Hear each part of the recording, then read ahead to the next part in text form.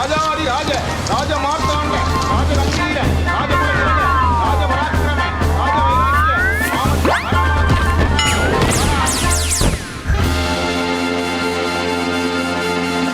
வணக்கம் மக்களே, இது நியூஸ் 18 தர்பார். நான் உங்க இடையில். அதாவதுங்க, தொகுதி பங்கீடு அப்படிங்கிறது தடபடான்னு முடிகிற மாதிரியே ஒரு வேகமாக இருக்கு. இந்த பக்கம் பிஜேபி கூட்டணியில் தடக்குன்னு எல்லாத்தையும் முடிச்செடுத்து நாங்கள் ரெடியாக இருக்கோம் அப்படின்னு காட்டுறாங்க. இன்னொரு பக்கம் நாங்கள் நேர்காணலில் நடத்தி முடிச்சுட்டோம், நாங்களும் ரெடிங்காக.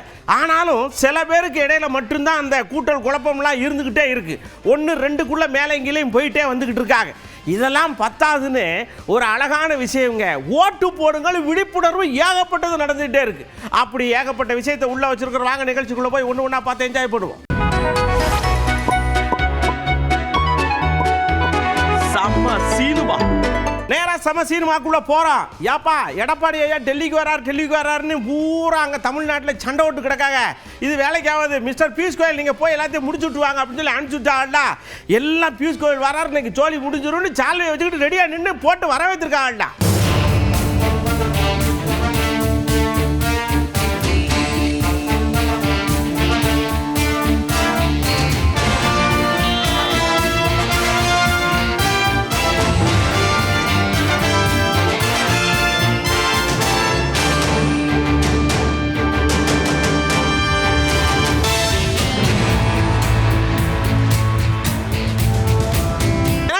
நீங்க சால்வையை போட்டீங்கன்னா அது நல்லா இருக்காதுல.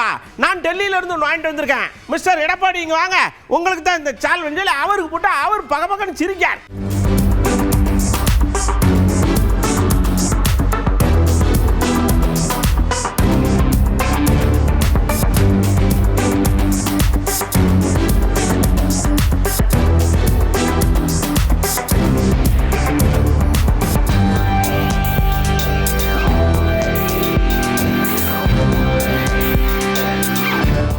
பாருங்க, எடப்பாடி எதுக்கு எடுத்தாலும் டெல்லிக்கு போறாப்ல, அவருக்கு சுயமாவே முடிவெடுக்க முடியலன்னு என்ன சொன்னீங்க பாத்தீங்களா? இப்ப நான் தான் எல்லாத்தையும் நின்று முடிச்சிருக்கேன். பாசாவுக்கு 27, இந்த பக்கம் 18 அப்படின்னு எல்லாம் முடிச்சு கையெழுத்து போட்டிருக்கோம்ல, நான் தான் அப்படிங்க. பாரதிய ஜனதா கட்சிக்கு நடைபெறுகின்ற சட்டமன்ற பொதுத் தேர்தலில் 27 இடங்கள் ஒதுக்கப்பட்டுள்ளன.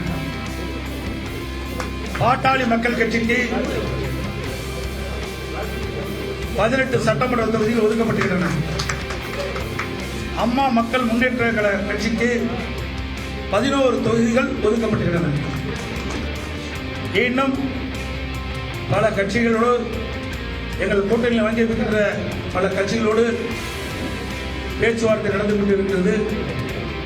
இன்று இரவுக்குள் சுமூகமாக பேச்சுவார்த்தை முடிவு பெற்று அந்த கட்சிகளுக்கு எத்தனை தொகுதி என்று அறிவிக்கப்படும் என்பதை மகிழ்ச்சியுடன் நேரத்தில் தெரிவித்துக் கொள்கிறேன். நான் போனா மட்டும் என்ன எதுக்கு டெல்லிக்கு போறேன்னு கேட்டுக்கிட்டே கிடைக்கிய. கனிமொழி அக்கா போறாங்களே, நீங்க ஏதாவது சொல்றீங்களா என்கிட்ட? உங்களுக்கு பயம்ங்க அப்படின்னு எடப்பாடி ஐயா அந்த பக்கம் கூடி வராரு, எதுக்குன்னு தெரியல. ஒரு கட்சினா அவங்க டிஸ்கஸ் ஆகும். திருமதி கனிமொழி போனாங்களா டெல்லிக்கு? எதுக்காக போனாங்க? திருமதி கனிமொழி அவர்கள் காங்கிரஸ் கட்சி தலைவர் எதற்காக போய் பார்த்தாங்க? பார்த்த பிறகு நடந்ததா? முடியலையே. ஒரு கட்சினா கூட்டணி அங்கம் வைக்கின்ற கட்சிகள் எல்லாம் ஆலோசனை செய்வது இயல்பு. ஆனா திமுக தலைமையில் அமைக்கப்பட்டிருக்கின்ற கூட்டணி கட்சிகள் எப்படி இழுபறி என்பதை நீங்க எண்ணி பார்க்க. ஐயா ராமதாஸ் அவர்களும் சசிகலா அவர்களும் கூட்டணி அமைச்சிருக்காங்க. நான் டெல்லிக்கு போனது ராஜ்யசபால போய் கையெழுத்து போட போனேன். யாருமே பார்க்கல. நாங்க இத போய் அங்க டெல்லியில தான் போய் பேச்சுவார்த்தை நடத்துறாங்கன்னா எப்படி பொய்யான பிரச்சாரம் நீங்க பண்றீங்க? அனைத்து இந்திய அண்ணா திராவிட முன்னேற்ற கழகம் ஆட்சி அமைக்கும், உங்களுக்கு எந்த சந்தேகம் தேவையில்லை. திருப்பி 100 தடவை கேட்டாலும் இதுதான். அதாவது வேண்டுமென்றே திட்டமிட்டு ஊடக நம்பரும் பத்திரிகை நம்பரும் எங்களை ஏதாவது ஒரு சிரமத்துக்கு ஆளாக்கணும்னு நினைக்கிறீங்க. எங்களுடைய கூட்டணி பொறுத்தது தெளிவா இருக்குது. அரசியலின் புன்னகை மன்னன் டிடிவிக்கே ஒன்னு சொல்றாரு, ஒரு குறிப்பிட்ட தொகுதிக்கு மேல போட்டியிட்டா அங்கீகரிக்கப்பட்ட கட்சியா மாறிடுவோம். அப்படித்தான் எங்களுக்கு சீட்டு கொடுத்துருக்காங்க. ஐ எம் புள்ளி ஜட்ஜ் பேஷன் அப்படின்னு சொல்லிட்டு போயிட்டார்ல. கொடுக்கப்பட்ட தொகுதிகள் 99.5% எங்களது விருப்பத்தை நிறைவேற்றியிருக்க. நாங்கள் கேட்ட தொகுதிகளில் தான் எங்களுக்கு ஒதுக்கி இருக்கிறார்கள்.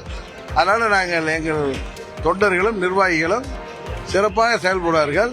இன்னும் சொல்ல போனா கேட்கிற எல்லா தொகுதியும் அவங்க கொடுக்க முடியாது, நிறைய கட்சிகள் இருக்கிறதுனால யதார்த்தத்தை சொல்றேன். நாங்க மகிழ்ச்சியாக இந்த கூட்டணியில் இடம்பெற்றோம்.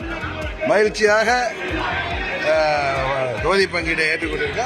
தொகுதி பெயர்கள்லாம் வெளிவரப்ப நீங்களே புரிஞ்சுக்குவீங்க. நீங்க புக்கர் சின்னம் தான். அதனாலதான் நான் சொன்னேன்ல, நீங்களாம் என்ன சொன்னப்ப ஒரு கட்சி போட்டியிடணும்னா ஒரு register party unrecognised party minimum 11 or 12 தொகுதி எனக்கு கொடுத்துருக்கோம். we are happy. அதாவதுங்க இன்னும் வேட்பாளர்கள் பெயர்களை இறுதி செய்யல, அறிவிக்கல. ஆனா கன்ஃபார்ம்டு இங்க நான் தான் நிக்க போறேன். இந்த வரைக்கும் சோத்துல ஊரா விளம்பரத்தை வரைஞ்சு விட்டேன், போடுங்கம்மா ஓட்டு, எங்களுக்கு கொடுக்குற சின்னத்தை பார்த்துட்டு ஒருத்தர் விளம்பரம் பண்ணிக்கிட்டே இருக்காரு. யாருன்னு பாருங்க.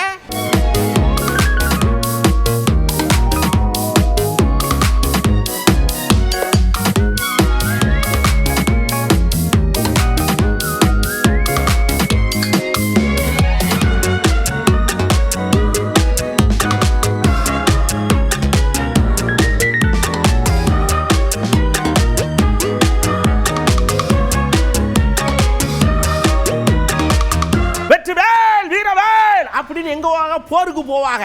அதே மாதிரி நான் எலெக்ஷனுக்கு போல, தேர்தலுக்கு போல, போருக்கு போறேன், தமிழகத்தை மீட்டெடுக்க போறேன். அண்ணன் கையில வேல் இருக்கு, எல்லாரும் ஓட்டு போடுங்க. எனக்கு வந்து என் இன இறைவன் அதில் எழுதியிருக்காரு, என்னை நம்பினோர் அஞ்சுவதற்கு இல்லைன்ட்டு. அவனை நம்பிதான் இந்த போர்க்களத்துக்கு போறேன். மற்றவங்களுக்கு தேர்தல், எங்களுக்கு இது போர். அப்ப அவர்கிட்ட சொல்லிட்டு தானே போகணும். புரியுதுன்னு நினைக்கிறேன். இந்த 2026 தேர்தல் அப்ப எல்லா கட்சியும் ஒரு பக்கம் இருக்கு, அதுக்கு எதிர்பக்கம் நான் இருக்கிறேன். அவங்க சூலாயுதமா இருக்கிறாங்க, நான் வேலாயுதமா இருக்கேன். பாட்டனோட வேலாயுதமா இருக்கேன், ஊராயுதமா இருக்கேன். சங்கே உலங்கு அப்படின்னு ஒரு பாட்டு இருக்குல்ல, அதே மாதிரி அண்ணன் போரிது போரிது போரிடுவோம் அப்படின்னு அண்ணன் பாடுறாருல. அண்ணன் இப்ப வர வர ரொம்ப பாட்டு பாடுறாருங்க. அது ரொம்ப நல்லா தான் இருக்கு. தீந்தமிழே செந்தமிழே முத்தமிழே முருகா, எண்டமிழே வண்டமிழே தண்டமிழே முருகா, திருவருளை தருவாய், இனப்பகை வெல்ல எம்முடனே வருவாய், திருவருளை தருவாய், இனப்பகை வெல்ல எம்முடனே வருவாய், தருவாய் வருவாய் முருகா.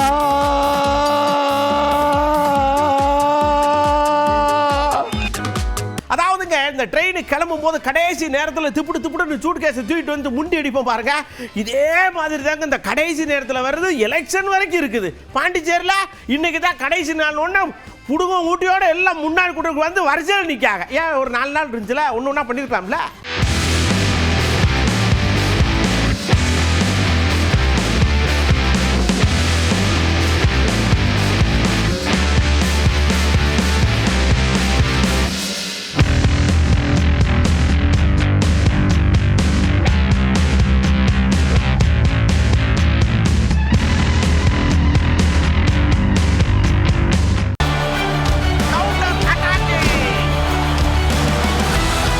சைக்கிள் பஞ்சர் ஆகி மணி அடிக்காம பெடல்ல என்ன போடாம ரொம்ப இதா இருந்தது.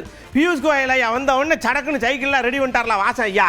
ஒரு குறிப்பிட்ட தொகுதி வாங்கி கொடுத்துருவாரு, எனக்கு ரொம்ப ஹாப்பியா இருக்கும் அப்படின்னு. ஏன்னா எம்பி சீட்டையும் கொடுக்காம விட்டாங்க. அண்ணாச்சி பாவம் ரொம்ப கஷ்டத்தில் இருக்காரு. பார்த்து பண்ணுங்க ஏதாவது.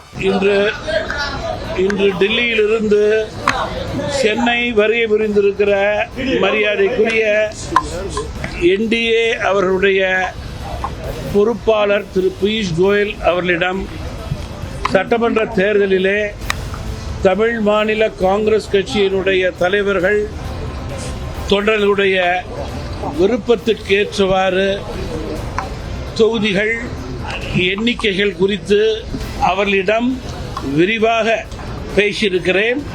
நல்ல முடிவு எடுப்பார்கள் என்று நம்புகிறேன். அப்படியே நம்ம ஏசி சண்முக அண்ணாச்சி வந்தாங்க. தம்பி, நமக்கு ராசி வந்து இந்த பட்டம் என்ன சொல்லியிருக்காங்கன்னா, தாமரையில் நின்னீங்கன்னா நல்லா இருக்குமே சரஸ்வதி மாதிரி அப்படின்னு சொல்லியிருக்காங்க. அதனால நாம இந்த வட்டம் தாமரையில் நிற்கலான்னு முடிவு பண்ணியிருக்கோம். கொடுத்துருவாங்க, கண்டிப்பாக ஓட்டு போட்டுருங்க அப்படிங்கிற மாதிரியே கேட்காரு. மோடிஜி பிரதமர் வேட்பாளராக 2014 இருந்தோம். அவரோடும் தொடர்ந்து பயணித்து கொண்டு வருகிறோம். இந்த தேர்தலில் புதிய நீதி கட்சிக்கு 8 இடங்களை தேர்வு செய்து அதிலே 4 இடங்கள் கொடுக்க வேண்டும் என்று கேட்டோம். வெரி கடினமாக இருந்தால் 3 இடங்கள் கொடுக்க வேண்டும் என்று கேட்டிருக்கிறோம். விரைவில் பேசி கலந்தாலோசித்து சொல்வதாக சொல்லியிருக்கிறார்கள். புதிய நீதி கட்சி 2014 தாமரை சின்னத்திலே போட்டியிட்டு இருக்கிறது வேலூர் நாடாளுமன்றத்திலே. 2019 இரட்டை இலை சின்னத்திலே போட்டியிட்டோம். அதே போல 2024 தாமரை சின்னத்திலே போட்டியிட்டு இருக்கிறோம். முதல் தாமரை சின்னத்திலே போட்டியிடுவதற்கு புதிய நீதி கட்சி தயாராக உள்ளது. வெயில் ஜாஸ்தியா இருக்கும் போது எல்லாருக்குமே நகைச்சுவை உணர்வு தாண்டவமானும் சொல்லுவாங்க. செல்லூர் ராஜா ஐயாவுக்கும் அப்படிதான். அதான் சொல்றாருன்னா திமுக கூட்டணியில அடிச்சுக்கிட்டு கிடக்காக சீட்டுக்காக இப்ப என்கிட்ட எல்லாம் ஜன்மம் இருந்தாரு வச்சுக்காங்க. ஐயா 30 நீங்க 35 தாங்க புடிங்க அப்படின்னு தூக்கி கொடுத்துருவோம்லாங்காரு. அப்புறம் இன்னொன்னு சொல்றாரு, தலைவர் நான் இல்லை எங்க அண்ணன், நானா இருந்து நான் கொடுத்துருவோங்காரு. அப்ப தலைவர் ஓட்டிக்கு அடிப்போடுதாரா என்னமோ தெரியல போங்க. அங்கதாங்க வெட்டுக்குத்துலாம் நடந்துகிட்டு இருக்கு. அங்க என்ன மன கசப்போட திமுகவுடைய கூட்டணியில கசப்போடு தான் இப்ப எல்லாரும் கூட்டணி இதுல இருக்காங்க. யாரும் மன மகிழ்ச்சியோடு இல்லை. கேட்ட தொகுதி கிடைக்கல, அது குறைக்கிறாங்க.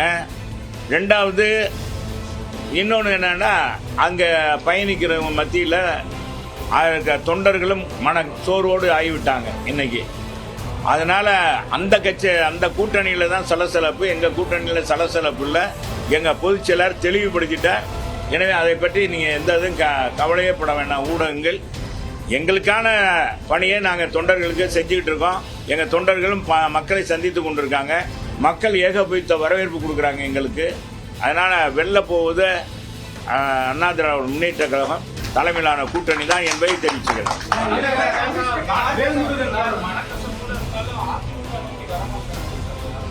எப்படிங்க வருவாங்க? இங்க எங்கங்க நாங்க எதிர்க்கட்சி, நாங்க என்னங்க செய்ய முடியும்? அவங்க எதிர்பார்க்க நாங்க இங்க வர்றது என்னத்தை கொடுக்க முடியும்? உழைப்ப வேணா நாங்க கொடுப்போம், எங்க செல்வாக்க பயன்படுத்தலாம். இவ்வளவுதான் எங்கள்கிட்ட. வேற எதிர்பார்க்கறது கிடைக்காது. அதனாலதான் எங்க பொதுச்செயலாளர் யார்ட்டையும் பேசல. அவங்கள கூப்பிடணும், திமுகவுடைய கூட்டணியை குறைக்கணும், வைக்கணும். எங்க கூட்டணியே வலுவாக இருக்கு. ஐயா நாங்க மேல டெல்லியில பேசுறோம், இந்த பக்கம் கூட்டணி கட்சிக்காரோட பேச. அந்த தம்பியோட பேசுறீங்களா என்னத்துக்கு அந்த தம்பியோட பேசணும்னு ஆக்க. அந்த தம்பி வேற நாங்க வேற. என் செல்போனே பார்த்து நீங்க பாருங்க, ஒருத்தட்டு நாங்க பேசுற தம்பி விடுங்க தம்பி, அந்த தம்பி யாரோ அப்படிங்காரு.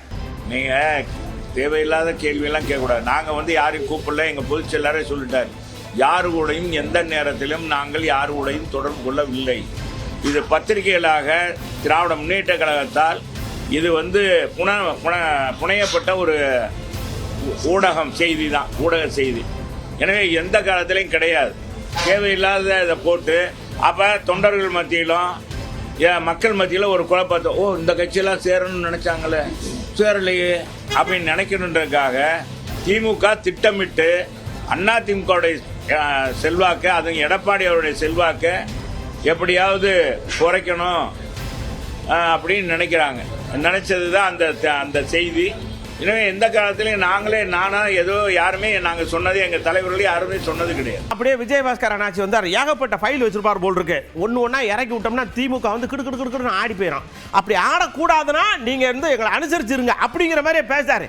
இறக்கி விடுவாரா மாட்டாரா அப்படின்னு ஒரு பெரிய கொக்கி இருக்கு. திமுக அரசுடைய செயல்பாட்டில் விமர்சனம் இருக்கிறனால தான் அந்த கேள்வியே எழுது. அதனால நிறைய விமர்சனங்கள் இருக்கு. பாலியல் விமர்சனங்கள் இருக்கு, சட்டம் ஒழுங்குல விமர்சனம் இருக்கு, விளாத்திக்குளத்தில் விமர்சனம் இருக்கு, கன்னியாகுமரியில் இருந்து சென்னை வரை கடைக்கோடி வரைக்கும் விமர்சனங்கள் இருக்கு, விலைவாசில விமர்சனங்கள் இருக்கு, தேர்தல் அறிக்கையை கொடுத்து நிறைவேற்றாததில் விமர்சனங்கள் இருக்கு. எல்லா விமர்சனங்களையும் அதை நிதர்சனமாக மக்களிடத்தில் கொண்டு செல்வதுதான் விளம்பரங்களுடைய நோக்கம். அப்படியே இளங்கோவன் ஐயா வந்தார். இங்கே பாருங்க, நீங்கள் இதே இறக்கி விடுங்க, இல்லை இறக்காம விடுங்க, அதை பற்றி எங்களுக்கு பிரச்சனை கிடையாது. ஒரு எம்எல்ஏ இல்லைன்னா ஒரு சட்டமன்ற உறுப்பினர் அந்த ஏரியாவுக்கு என்ன செஞ்சிருக்காங்க, எப்படி மக்களோட நெருக்கமாக இருக்காங்க, பழகுறாங்க, இதை பார்த்தா ஓட்டு போடுவாங்க. நீங்கள் வீடியோ இறக்கி விட்டால் நாங்கள் போட மாட்டோமா அப்படின்னு இன்னொரு வீடியோவை அவர் ரெடி பண்ணியிருப்பார் போல் இருக்கு.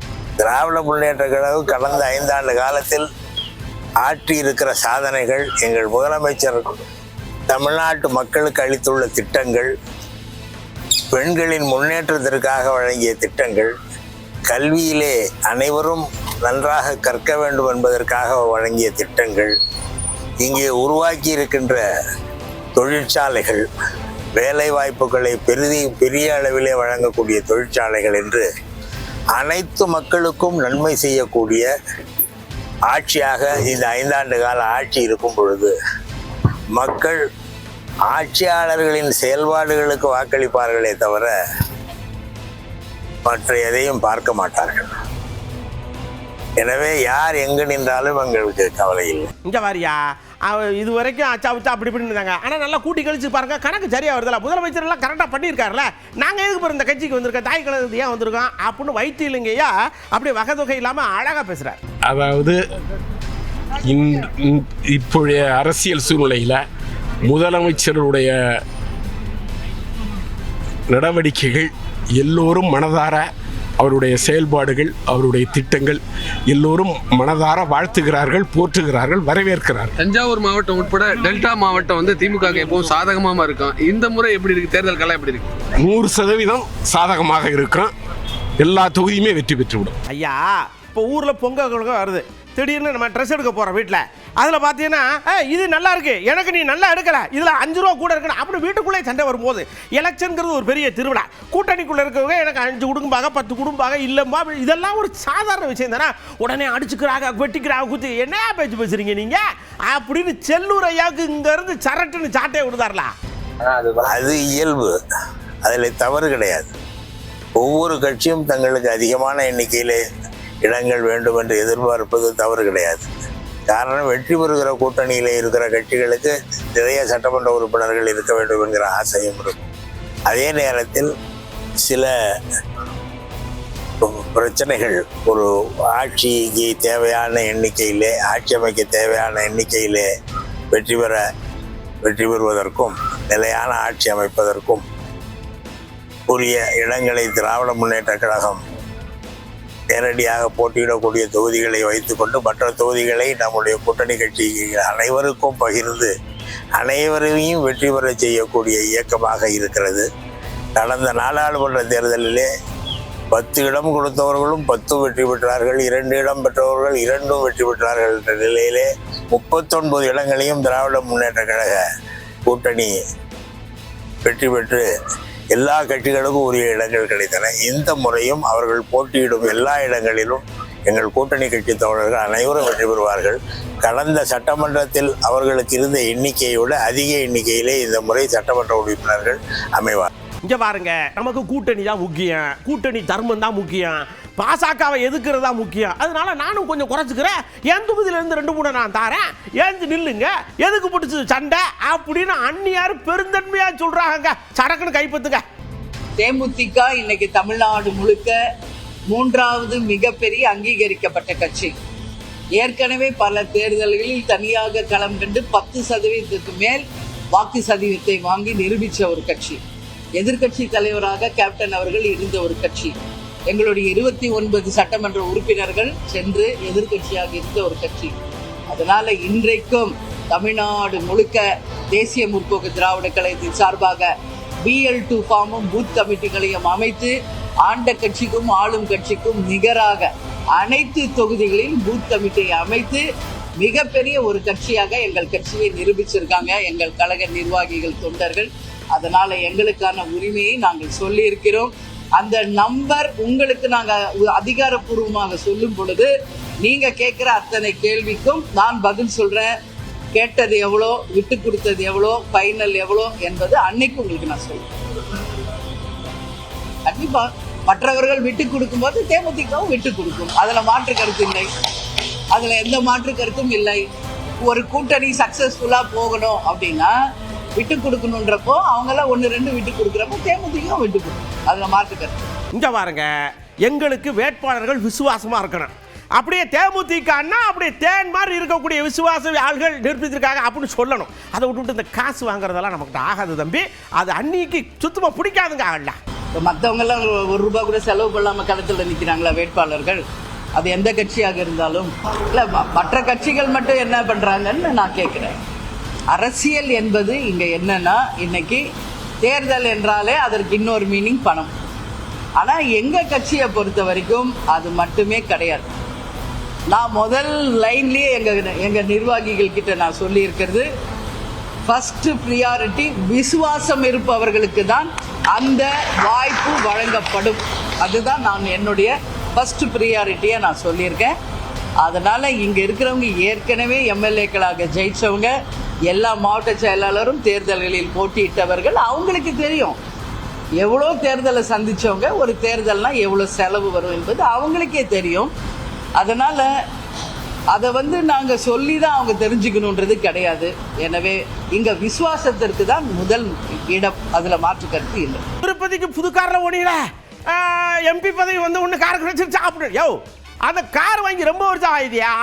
நாங்கள் அப்படியே குடும்பமாக சேர்ந்து போகிறதுனால எடுத்துகிட்டு போனோம். ஏயா எங்கள் கேப்டன் என்ன சம்பாதிக்காமல் இருந்தார் நினச்சிங்களா, கார் வாங்க கூட எங்கிட்ட வசதி இல்லையா அப்படின்னு அன்னி கோவப்படுதாங்க. வாஸ்தவம் தானே? என்னையும் அப்படின்னு ஒரு வண்டி வாங்குற தகுதி கூட கேப்டன் குடும்பத்துக்கு இல்லையா? நான் கேட்கிறேன், ஒரு கார் வாங்குற தகுதி ஒரு கேப்டன் குடும்பத்துக்கு இல்லையா? கொடுத்து கொடுத்து சிவந்த கரத்துக்கு சொந்தக்காரர் கேப்டன். தான் சம்பாதித்ததில் 90% மக்களுக்காக உதவி செய்தவர் கேப்டன். அவர் செய்கிற ஒரு உதவிக்கும் பின்னாடி இருந்தவள் நான் என்பது இந்த உலகம் அறியும். அதனால குறை சொல்ற வாய் குறை சொல்லிக்கிட்டு தான் இருக்கும், கொலைக்கிற நாய் கொலைச்சிக்கிட்டு தான் இருக்கும். அவர்களுக்கெல்லாம் பதில் சொல்ல வேண்டிய அவசியம் தேமுதிகவுக்கோ எங்களுக்கோ கிடையாது என்பதை உறுதியாக நான் சொல்றேன். தேமுதிக 0.5% தர விட்டுருங்க எங்களை. ஏன் பேசுறீங்க தேமுதிக பத்தி? 0.5 கட்சி 0.5 கட்சி 0.5 கட்சி. இவங்களுக்கு எதுக்கு ராஜ்யசபா கொடுத்தாங்க, இவங்களுக்கு எதுக்கு எம்எல்ஏ சீட் இவ்வளவு கொடுக்குறாங்க? உங்களுக்கு தெரியுமா எவ்வளவு சீட் கொடுத்தது? யாருக்காவது தெரியுமா? ஒவ்வொரு விவாதத்திலும் ஒவ்வொரு யூடியூப்லயும் ஏன் அதை பத்தி விவாதிக்கிறீங்க? ஏன் விவாதிக்கிறீங்க நான் இன்னைக்கு கேட்கிறேன். 0.5 கட்சி தானேப்பா? ஆமா 0.5 தான், விட்டுருங்க எங்களேன்ற. நான் ஏன் விவாதத்துக்கு கொண்டு வரீங்க? தேமுதிக என்ற வார்த்தை இல்லாமல் எந்த யூடியூபாவது எந்த விவாதத்திலாவது யாராவது இன்னைக்கு பேச முடியுமா? இப்போ நம்ம நேர்காணல் நடக்கல டிஎம்கேல உதயநிதி கூட இது ஒன்றாக துணை முதலமைச்சர் நேர்காணல் பண்ணுறாங்க அப்படின்னு பெருசாக வந்துச்சு. அதேமாதிரி அன்பில் மகேஷையும் கூப்பிட்டு வச்சு அப்பா என்னப்பா பண்ணியிருக்கேன் அப்படின்னு கேட்டிருப்பா. அவங்களுக்கு வெளியில் வந்தால் நான் கேட்டேன், இங்கே இருக்க நேர்காணல் எங்கள் கட்சியில் ஜனநாயக படி இப்படி தான் நடக்கும். அவர் பார்த்து நீங்கள் வேட்பாளர் இல்லைன்னா நான் கட்சி படி போவேன், இன்னொரு ஆள் வேட்பாளர்னா அவர் வந்து நிற்பார், நானே தான் வேட்பாளர்னா அவசியம் கிடையாது அப்படின்னு கணக்கா சொல்றார். அன்றைக்கு நம்முடைய முத்தமிழ் கலைஞர் இருந்த போது கூட இது போன்ற நேர்காணலில் அவர் கலந்து கொண்டுதான் ஃபைனலாக தலைவர் யாரை வேட்பாளராக அறிவிக்கிறார்களோ நிற்கக்கூடிய அந்த வேட்பாளரை நாங்கள் முத்தமிழர் கலைஞராகவும் மாண்புமிகு தமிழ்நாட்டுடைய முதலமைச்சர் முத்துவேல் கருணாநிதி ஸ்டாலினாகவும் நினச்சி தான் நாங்கள் எங்கள் வேலையை பார்க்கின்றோம். தலைவர்கள் கேட்ட கேள்விக்கு அதான் சொன்னாங்க, தலைவர் நீங்கள் யாரை வேட்பாளராக அறிவிக்கிறீர்களோ அவருடைய வெற்றிக்காக நாங்கள் பாடுபடுவோம். எங்களை பொறுத்த வரைக்கும் 7வது முறையாக திராவிட முன்னேற்ற கழகம், 2வது முறையாக நீங்களும் முதலமைச்சராக வந்துட வேண்டும் என்பதுதான் எங்களுடைய ஆசை.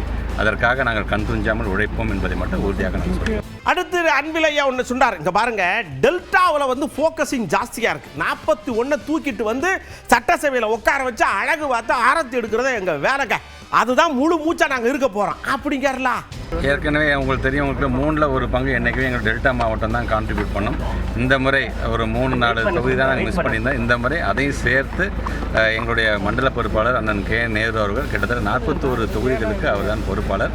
41க்கு 41ஐயும் நாங்கள் கண்டிப்பாக நம்முடைய திராவிட முன்னேற்ற கழகம் கண்டிப்பாக வெல்லும். செல்வ பெருந்த அண்ணாச்சி அப்படியே ரொம்ப நாளாக இருந்து அப்படியே உள்ளே வராங்க. அண்ணாச்சி என்ன அப்படியே வரங்க, அவங்க டீலிங் முடிக்கிறாங்க, பேசுகிறாங்கல்ல, அவரை கூட்டு வராங்க, இவரை கூட்டு வராங்க, அதை பற்றி எங்கள் பிரச்சனையே கிடையாது. நாங்கள் எங்களுடைய செயல்முறைகளால் வெற்றி பெறுவோம், அடுத்து நாங்கள் தான் ஆட்சிக்கு வருவோம், போயிட்டு வாங்கன்ட்டா. ஏங்க பிஜேபி கூட எந்தெந்த கட்சிகள்லாம் சேருகிறதோ அந்த கட்சிகள்லாம் முருகன் கப்பலில் ஏறுறது தான். பிஜேபியை ஒருபோதும் தமிழ்நாட்டு மக்கள், இளைஞர்கள், நடுவழுதை சார்ந்தவர்கள், வயதானவர்கள் யாருமே ஏற்றுக்கொள்ள மாட்டாங்க. ஏன்னா இது தமிழ்நாட்டு மண்ணுக்கு எதிரான கட்சி. ஒரே ஒரு உதாரணம் சொல்றேன். தமிழ்நாட்டுக்கு கொடுக்க வேண்டிய ஜல்ஜீவன் நீர் பங்கீடுடைய பணத்தை கொடுக்கல, சமக்கிர சிக்ஷா அபியான் அந்த பணத்தை கொடுக்கல, ஜிஎஸ்டி கொடுக்கல, மெட்ரோ வாட்டர் மதுரைக்கும் கோயம்புத்தூருக்கும் வரது தடுத்து நிறுத்திட்டாங்க. நீங்க இவ்வளவு அநீதி பண்ணுவீங்க, உங்களுக்கு யாரும் ஓட்டு போடுவாங்களா? உங்க கூட்டணி கட்சி ஓட்டு போடுவாங்களா? சொல்லுங்க. நிதிநிலை அறிக்கையில பட்ஜெட்ல எப்பவுமே தேர்தல் நடக்குதுன்னா தேர்தல் நடக்கும் மாநிலங்களில் ஐவாஷ் பண்றதுக்காக கொஞ்சம் ஒதுக்குவாங்க, ஒதுக்கிட்டு அதை நடைமுறைப்படுத்த மாட்டாங்க. இங்க அது கூட கிடையாது. அப்படின்னா பிஜேபி முடிவு பண்ணிட்டாங்க, இங்க என்ன குட்டிக்காரன் அடிச்சாலும் எத்தனை அதிமுக கூட்டிட்டு போனாலும் தமிழ்நாட்டில் எடுபடாது. ஆகையால் விட்டு வந்த ஸ்டேட்டன் விட்டுட்டு தான் ரவி அங்க வெஸ்ட் பெங்கால் மாத்திட்டாங்க ஆளுநர்.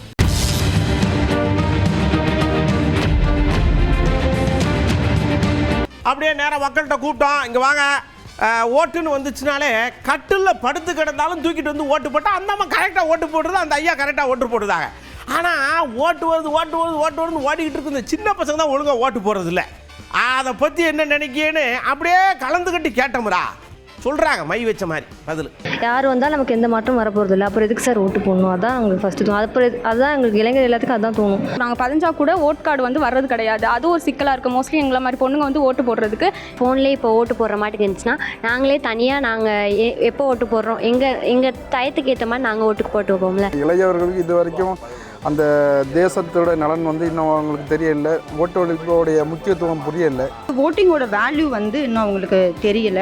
மேபி சமூக பொறுப்புணர்வு இன்க்ரீஸ் ஆச்சு அப்படின்னா இந்த வாக்களிப்பும் இன்க்ரீஸ் ஆகும் அப்படிங்கிறது. சமூக ஊடகத்தில் போடுறத பார்த்து அவங்கள ஒரு முடிவு பண்ணிடுறாங்க, அதனால வந்து கொஞ்சம் தொய்வடைகிறாங்கன்னு நான் நினைக்கிறேன், என்னோட கருத்து. முதியோர்களுக்கு வந்து அரசியல் அனுபவம் இருக்கும், அதனால அவங்க ஆர்வத்தோட இருக்காங்க. எங்களுக்கு வந்து அந்த அரசியலோட அனுபவம் இல்லாதனால கூட நாங்கள் கொஞ்சம் போட்டு போடுறது கம்மியாக இருக்கலாம். யங்ஸ்டேஜுக்கு ஒரு ஆர்வம் வரணும், அவங்க தான் இப்போ நாட்டுடைய முதுகு தூண். இளைஞர்கள் வாக்கு செலுத்துவதை விட அதற்கு கிடைக்கும் பணத்தை மட்டும்தான் எதிர்பார்க்கிறார்கள். ஆனால் முதியவர்கள் அப்படியல்ல, அந்த வயது முதிர்ச்சியும் அறிவு முதிர்ச்சியும் காரணமாக இந்த பழக்கங்களை தாண்டி வாக்களிக்கிறார்கள். 40 வயசுக்கு மேலே உள்ளவங்கெல்லாம் கரெக்டாக அந்த ஓட்டை வந்து போய் பதிவு பண்ணிடுறாங்க, அவங்களுக்கு அந்த ஓட்டின் மகத்துவம் தெரியுது. இதுக்கு காரணம் சரியான விழிப்புணர்வு இல்லாத காரணம் தான் சார். முதியோர்களை கம்பேர் பண்ணும்போது இளைஞர்கள் வந்து ஏன் அதில் வந்து ஆர்வம் குறைவாக இருக்குது அப்படின்னா, மோஸ்ட்லி மெஜாரிட்டி வந்து இளைஞர்கள் எல்லாமே படிப்பிற்காகவோ வேலைவாய்ப்போ வெளி மாநிலங்களுக்கோ வெளி ஸ்டேட்டுக்கோ போயிடுறாங்க. வேலையை விட்டுட்டு வந்து ஓட்டு போடணுமா அப்படின்ற ஒரு ஒரு அலைச்சல்னால அதுக்காண்டியும் ஓட்டு போடாமல் பாதி பேர் ஸ்டாப் பண்ணிடுறாங்க. நம்ம 5000 10,000 செலவு பண்ணி இங்கே வந்து நம்ம ஓட்டு போடணுமா அப்படிங்கிற நேரம். இதுக்கு தேர்தல் ஆணையம் அந்த வெளியூரில் வேலை பார்க்கக்கூடியவங்களுக்கு ஏதாவது ஒரு புது வழிகளை செஞ்சால் ஓட்டு முழுமையாக இங்கு பதிவு அடையும். அரசியல்வாதிகளின் நேர்மையின்மையின் காரணமாக இந்த இளைஞர்களுக்கு தேர்தலில் வாக்களிக்க அவ்வளவாக விருப்பம் இருப்பதில்லை. கண் கெட்ட பின்னே சூரிய நமஸ்காரம் என்பது போல நான் வாக்களித்தால் நல்ல வேட்பாளரை தேர்ந்தெடுத்திருப்பேன் என்று நினைக்காமல் அனைத்து இளைஞர்களும் இந்த தேர்தலில் 100% வாக்களிக்க வேண்டுமாறு கேட்டுக்கொள்கிறோம். சரி, இது வரைக்கும் பார்த்த தர்பாரில் உங்களுக்கு பிடிச்சமான விஷயங்களை எடுத்து வைங்க, மற்றதெல்லாம் தூக்கி ஓரமாக வைங்க வழக்கம் போல. அப்புறம் ரொம்ப முக்கியமான விஷயம், வெயில் காலம் ஜாஸ்தியாக வருது, உங்கள் உடம்புல இருக்க குளுக்கோஸ் லெவலை கண்ட்ரோல் பண்ணிக்கோங்க. அதே மாதிரி ஓட்டு போட மறந்துடாதீங்க, அது ரொம்ப முக்கியம். ஆமாம், கண்டிப்பாக ஓட்டு போடுங்க. விழிப்புணர்வு நிகழ்ச்சியில் நிறைய நடக்கு, அதோட சேர்ந்து நீங்களும் என்ஜாய் பண்ணுங்க. அடுத்த தர்பாரில் ஏகப்பட்ட விஷயத்தோட நான் உங்களை சந்திக்கிறேன். அதுவரை உங்களிடம் அன்போடு விடைபெற்றுக் கொள்வது உங்கள் அன்பு நண்பன் எழில். வணக்கம் மக்களே. ராஜாதி ராஜ ராஜ மார்த்தாண்ட ராஜ